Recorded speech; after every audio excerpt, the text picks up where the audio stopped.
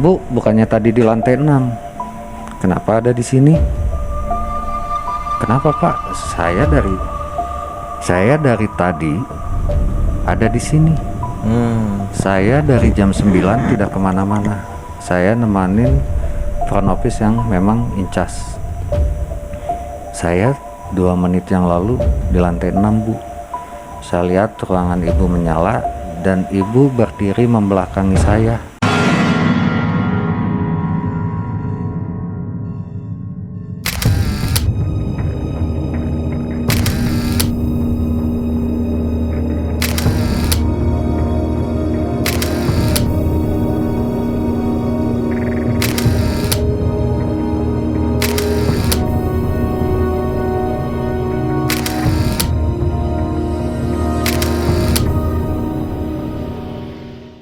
Assalamualaikum warahmatullahi wabarakatuh. Berjumpa kembali dengan saya di sini, Yudi, yang akan mengawal terus sebuah cerita yang mistis dan mencekam tentunya.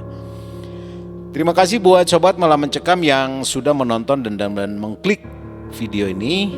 Jangan lupa untuk dukung terus channel ini dengan like, komen, dan bagikan ke teman-teman sekalian. Dan jangan lupa juga untuk menekan tombol subscribe dan menyalakan loncengnya. Oh ya, buat sobat MM sekalian, barangkali jika Anda memiliki sebuah cerita atau pengalaman pribadi, silakan Anda untuk mengirimkan melalui email malammencekam@story@gmail.com. Oke sobat MM sekalian, dan di video kali ini kita akan mendengar sebuah kisah yang sangat horor dan sangat mencekam yang akan disampaikan, dituturkan oleh salah satu narasumber Malam Mencekam yang ada di Kota Bandung, yaitu Pak Aditya. Nah, saya akan perkenalkan dulu siapa sebenarnya Pak Aditya ini. Pak Aditya adalah salah seorang yang saat ini bekerja di salah satu rumah sakit yang cukup besar di Kota Bandung. Namun sebelum masuk ke rumah sakit tersebut, sebelum bekerja di rumah sakit tersebut, Pak Aditya bekerja di salah satu hotel yang ada di Jawa Barat. Nah, pengalaman ini disampaikan oleh Pak Aditya. Kejadiannya itu kurang lebih sekitar 2 tahun yang lalu, ketika waktu itu saat beliau bekerja di hotel tersebut. Nah, dikisahkan bahwa di kejadian tersebut itu ada seorang SPG yang saat itu masuk ke dalam toilet hotel, ya, untuk ke kamar mandi hotel, dan setelah itu kemudian SPG tersebut melakukan foto-foto atau selfie. Beberapa kali SPG tersebut melakukan selfie dan ternyata SPG tersebut merasakan sesuatu yang sangat kaget. Karena apa? Karena ketika dia melihat hasil daripada selfie-nya itu ternyata ada satu sosok yang terlihat seperti sosok kuntilanak yang di toilet. Dan terlihat, katanya berdasarkan informasi dari Pak Aditya, bahwa kuntilanak itu justru bahkan hebatnya bisa menembus dinding. Nah, akhirnya cerita ini disampaikan, dilaporkanlah oleh seorang SPG tersebut ke security di hotel tersebut, yang kebetulan saat itu yang sedang bertugas adalah Pak Aditya. Ini ada fotonya yang bisa membuktikan mengenai penampakan yang terjadi pada saat SPG itu melakukan selfie. Dan ini tanpa editan loh, ini real apa yang dikasih dari narasumber, ya. Seperti apa ceritanya? Jangan kemana-mana, tetap ikuti Malam Mencekam.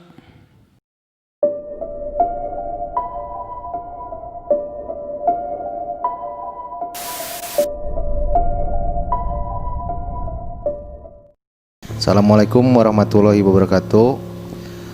Selamat malam Sobat Malam Mencekam. Kali ini tim Malam Mencekam mendatangi seorang narasumber. Beliau adalah seorang security di salah satu rumah sakit di Jawa Barat, ya Pak ya. Dan beliau ini bernama Pak Aditya.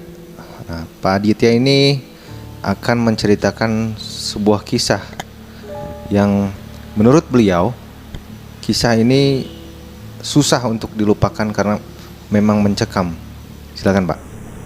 Baik, saya ceritakan mungkin kejadian ini terjadi 2 tahun yang lalu sebelum saya dipindah tugaskan untuk berjaga di rumah sakit. 2 tahun yang lalu saya bertugas di salah satu hotel bintang 4 di kota Bandung. Seperti biasanya ketika penjagaan saya dapat 2 shift pagi dan shift malam. Kebetulan pada saat kejadian itu saya ingat shift malam pertama pukul 19.00 saya berangkat dari rumah karena perjalanan dari kediaman ke tempat kerja kurang lebih 45 menit. Kemudian seperti rutinitas biasanya selalu ada apel serah terima dari petugas jaga pagi ke petugas jaga malam. Pukul 20.00 apel malam dilaksanakan, berikut apa saja yang dipantulkan oleh petugas yang jaga pagi. Selesai apel, hal yang selalu dilakukan oleh petugas jaga malam yaitu mengecek inventaris dan fasilitas yang ada di hotel, apa sudah sesuai dengan yang dipantulkan oleh petugas jaga pagi atau tidak, karena pengecekan awal sangat berpengaruh bagi kami. Ketika kami sudah menyatakan area aman atau area kondusif, ternyata tidak kami cek, ada salah satu pintu ruangan yang tidak terkunci atau ada lampu yang masih menyala, itu akan jadi konsekuensi ke petugas jaga malam. Ya. Pukul 20 lewat saya keliling area dari mulai lantai 6 karena di sana adalah satu lantai yang diperuntukkan khusus untuk ruang karyawan, kemudian loker berikut kamar mandi karyawan pria, loker berikut kamar mandi karyawan wanita, satu ruang HRD, satu ruang office boy, Ya. dan satu ruangan sales marketing, akunting, bukan sales marketing, satu ruang akunting. Kemudian di lantai 6 tersebut pun terdapat satu ruangan yang dibagi menjadi 2, yang satu ruang general manager dan yang satu ruang sales marketing. Pada pengecekan awal dari mulai lantai 6 sampai ke area rooftop tidak terdapat hal yang mencurigakan atau biasa kami sebut abnormal. Ya. Semua yang kami cek sesuai dengan apa yang dipantulkan oleh petugas jaga pagi. Kemudian setelah selesai saya melanjutkan ke area jaga CCTV. Ya. Berjaga di CCTV selama kurang lebih sampai pukul 11.45. Pada pukul 11.45 saya melakukan rutinitas patroli awal. SOP-nya harus selalu 2 orang security, tapi berhubung malam itu salah satu rekan kerja saya mengeluhkan sakit, saya ambil inisiatif untuk melakukan patroli sendiri, karena apabila diundur-undur nanti rentan kegiatan patroli waktunya pun bisa jadi terbengkalai. Ya. Karena patroli dalam satu malam tuh bisa wajib 4 kali dilaksanakan patroli. Saya lakukan pembalikan arah, jadi saya mulai melakukan patroli dari area rooftop, turun ke area lantai 10, turun ke area kamar area lantai 9, kemudian ke lantai 8, ke lantai 7, dan ke lantai 6 yang memang untuk lantai 6 itu tidak ada kamar sama sekali, hanya dipergunakan untuk ruang karyawan dan gudang. Hal yang membuat saya cukup merinding dan sampai sekarang pun masih teringat, saya ingat waktu itu malam minggu, kebetulan kalau di hotel ada MOD, Manager of Duty. Jadi ada salah satu staf yang memang standby Standby. sampai pagi untuk menghandle hal-hal yang takutnya terjadi di area hotel yang sebetulnya itu tugas general manager, tapi dikarenakan Sabtu dan Minggu pasti diberikan jadwal kepada masing-masing divisi. Seperti biasa saya cek setiap ruangan apakah ruangan tersebut terkunci, kemudian lampunya pun sudah dalam keadaan mati. Nah, hal yang paling tidak bisa saya lupakan ketika saya mengecek ruangan sales. Di ruangan sales saya lihat lampu menyala, sedangkan waktu pengecekan awal pukul 22.45 tuh kondisi ruangan terkunci dan lampu mati. Saya ingat sekali bahwa pengecekan awal ruangan sales, ruangan terkunci dan lampu mati. Cuman saya pikir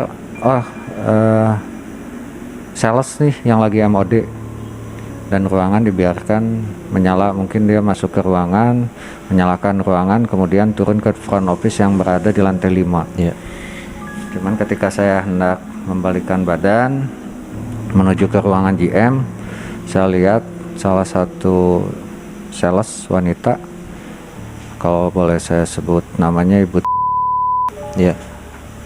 berdiri membelakangi pintu kaca. Membelakangi pintu kaca. Jadi yang saya lihat hanya tampak badan belakang dan rambut beliau yang terurai. Saya cuma lihat, oh ya Bu ada di ruangan. Kemudian saya rasa pengecekan di area lantai 6 selesai. Saya lanjutkan ke lantai 5 yang merupakan lobi hotel tersebut. Yang bikin saya terkejut, sangat terkejut luar biasa, sampai sempat beradu argumen. Posisi saya turun dari lantai 6 menggunakan lift, kemudian akses ke area lobi dari lantai 6 tuh hanya lift dan tangga darurat. Sedangkan tangga darurat tidak bisa dipergunakan kecuali situasi urgent. Ketika saya datang di front office, saya lihat satu orang petugas front office, Ibu standby dan Ibu ada di situ. Sedangkan saya turun dari lantai 6 ke lantai 5 itu waktunya hanya tidak lebih dari 2 menit, dan itu mempergunakan lift. Dan saya pastikan saya di dalam lift sendirian. Kenapa? Ketika saya turun, yang saya lihat Bu ada di lantai 6, tapi dia sudah ada di front office mendahului saya. Otomatis saya tanya, Bu, bukannya tadi di lantai 6? Kenapa ada di sini? Kenapa Pak? Saya dari tadi ada di sini. Saya dari jam 9 tidak kemana-mana. Saya nemanin front office yang memang incas. Saya 2 menit yang lalu di lantai 6 Bu. Saya lihat ruangan Ibu menyala dan Ibu berdiri membelakangi saya. Akhirnya kita bertiga debat, saya, Bu dan pernyataan Bu dan Bu. Memang Bu sudah ada di front office dari pukul 9. Sedangkan saya melakukan patroli. Kalau saya awal patroli 11.45, otomatis dengan 6 lantai itu kemungkinan di pukul 12:30. Setelah selesai debat, akhirnya dengan enteng menantang, cek aja Pak CCTV, betul nggak Bu ada di sini? CCTV, karena semua sudut hotel memang terpantau oleh CCTV. Menghabiskan penasaran, saya coba cek CCTV, ternyata betul Bu dari pukul 9 ada di front office. Saya coba cek area ruang sales, dan ketika saya ada terpantau di CCTV ketika sedang melihat ke arah dalam ruangan, tapi di depan saya tidak ada. Padahal saya lihat dengan mata kepala sendiri di depan saya ada Bu, walaupun dengan posisi membelakang. Dan itu berulang, termasuk kejadian bukan hanya ke saya, seminggu kemudian teman saya yang jaga malam, lawan shift saya, bercerita hal yang sama. Dan kabar terakhir, ruangan tersebut sekarang tidak dipergunakan dan hanya dipergunakan untuk gudang. Saya sempat main-main ke area tempat kerja saya yang lama. Saya tanya juga teman-teman, gimana sekarang situasi lantai 6 ruangan sales. Ada orang nangis.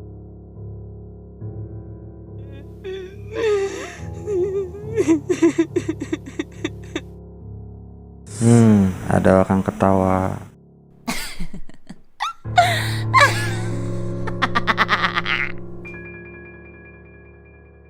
Dan itu jelas gangguannya tuh bukan hanya ke petugas security, tapi ke petugas cleaning service dan OB.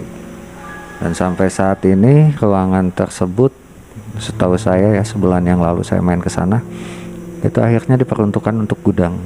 Karena beberapa kali orang lewat ke situ betul-betul jelas nampak ada wanita yang memang keluar masuk ke ruangan tapi bisa nembus dinding. Ya. Paling itu yang betul-betul saya sampai, ya saya cerita ini sambil merinding. Hal yang saya pikir aneh tapi nyata. Maksudnya aneh tapi nyata, saya dengan keyakinan saya sebelum saya cek CCTV itu staf yang memang MOD, tapi ternyata si staf ada di lantai 5 bukan di lantai 6. Dan setelah beberapa bulan teman-teman pun bercerita kejadian di ruangan sales, ya semakin saya kuat bahwa yang saya lihat itu makhluk tak kasat mata. Ya. Paling itu yang paling mencekam. Dan kalau yang lainnya hanya suara atau bayangan ketika patroli di lorong, itu hal-hal yang wajar lah di area hotel. Tapi kalau yang betul-betul real sampai terlihat oleh mata jelas, ya yang itu.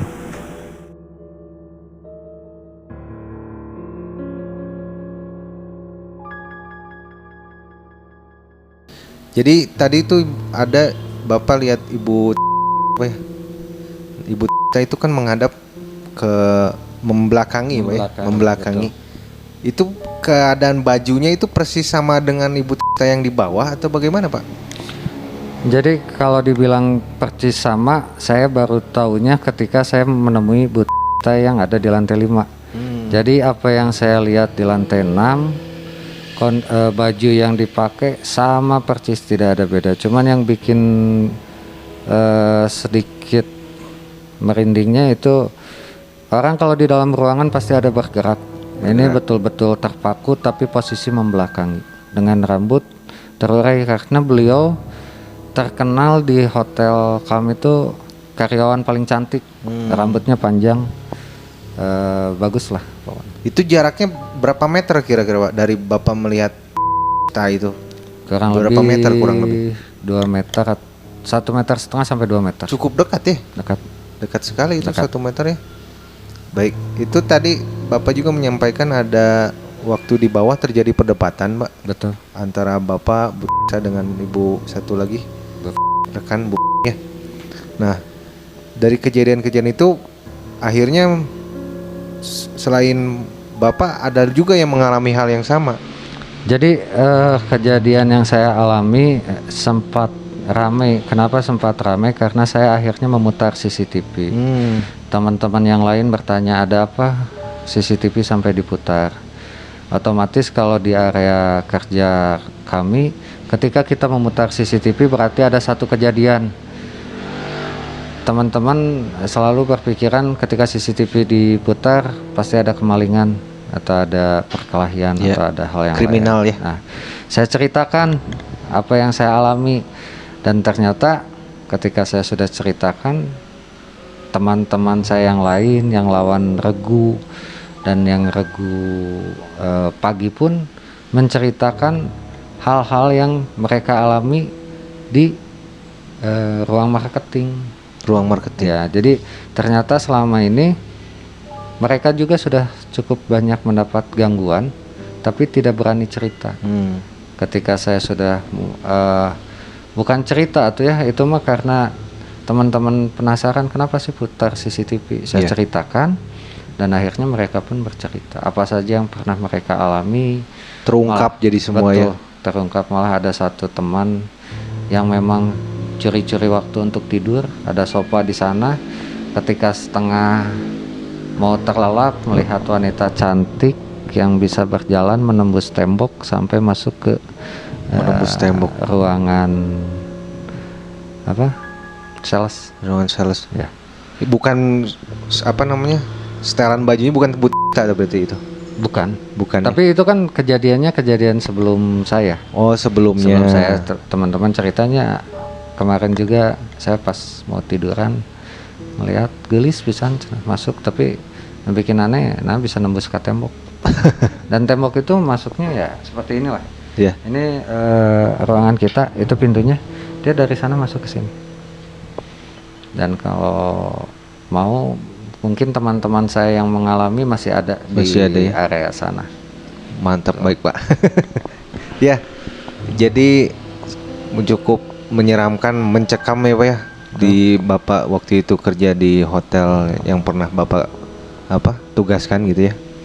Bapak ada mungkin pesan atau ada yang mau disampaikan untuk Sobat Malam Mencekam Pak? Apa yang Bapak ambil dari hikmah yang Bapak alami ini? Baik, dari kejadian saya hanya ambil 2 kesimpulan.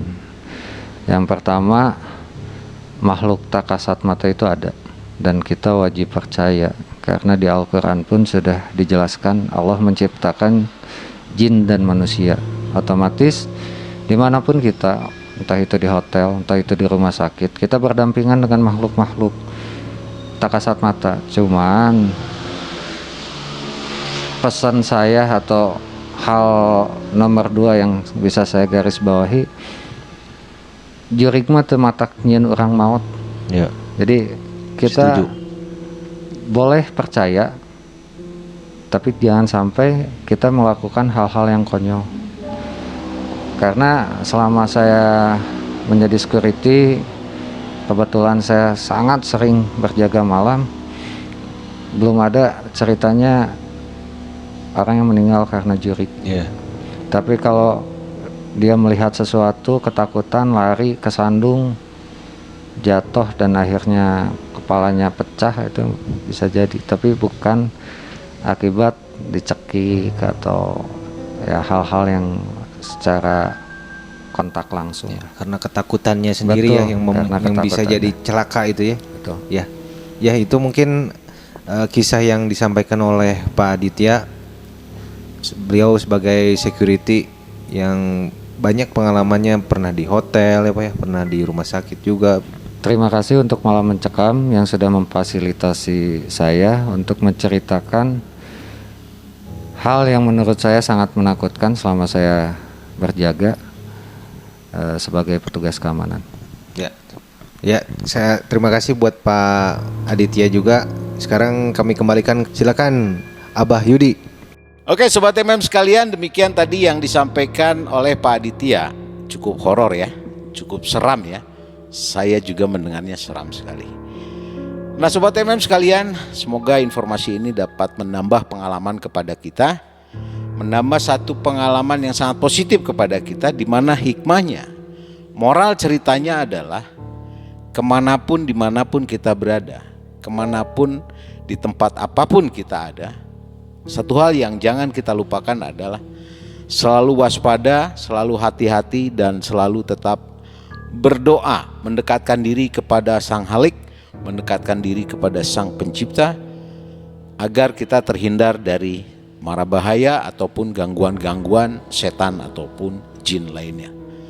Tentunya kita berharap Sobat Malam Mencekam semua dalam kondisi tetap sehat, dan terus dukung channel ini dengan menekan tombol subscribe dan menyalakan loncengnya. Dan jangan lupa untuk bagikan cerita ini ke teman-teman Anda yang suka dengan cerita horor dan mencekam.